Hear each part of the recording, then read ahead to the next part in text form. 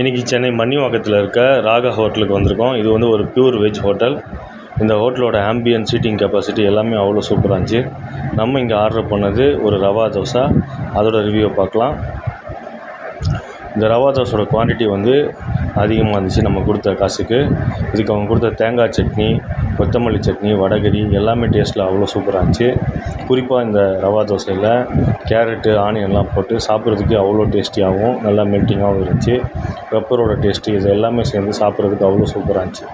இந்த லொக்கேஷனுக்கு யாராவது இந்த ராகா ஹோட்டலில் சாப்பிட்ருந்தீங்கன்னா கமெண்ட் செக்ஷனில் கமெண்ட் பண்ணுங்கள்.